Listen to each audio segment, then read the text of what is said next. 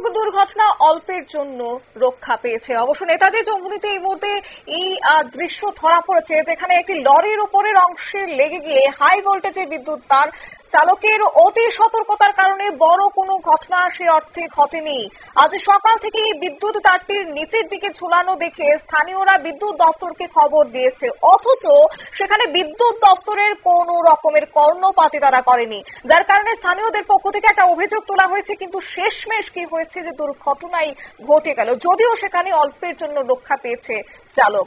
এবং শেষে এই ক্ষেত্রে হঠাৎ করে বিকট শব্দ পেয়ে ছুটে আসেন স্থানীয়রা। গাড়ির উপরের অংশটি তার লেগে বিদ্যুৎ ট্রান্সফরমারটি ছিঁড়ে যায়। কি রয়েছে সংশ্লিষ্ট পক্ষ থেকে বক্তব্য শুনুন।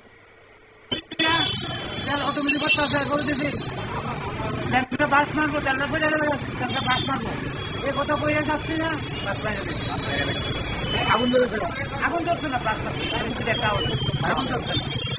আর চারটা আগে তো নামাই না, হ্যাঁ সকাল তো নামাই না, কারোর নজর আসে না।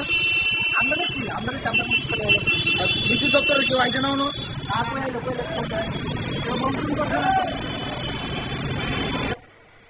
আপনারা শুনলেন সংশ্লিষ্ট পক্ষ থেকে বিস্তারিত।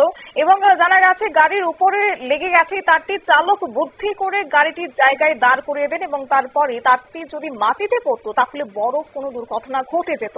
বিদ্যুৎ দপ্তরের দায়িত্ব জ্ঞানহীনতার কারণে আজ এই দুর্ঘটনাটি ঘটে। সময় মতো যদি বিদ্যুৎ দপ্তর ভূমিকা নিত তাহলে আজ এই দুর্ঘটনার সাক্ষী হয়ে থাকতো না নেতাজি চৌমুহনীর স্থানীয়রা। নিয়ে নিশ্চিত একটি বিজ্ঞাপন বিরতির সঙ্গে থাকুন।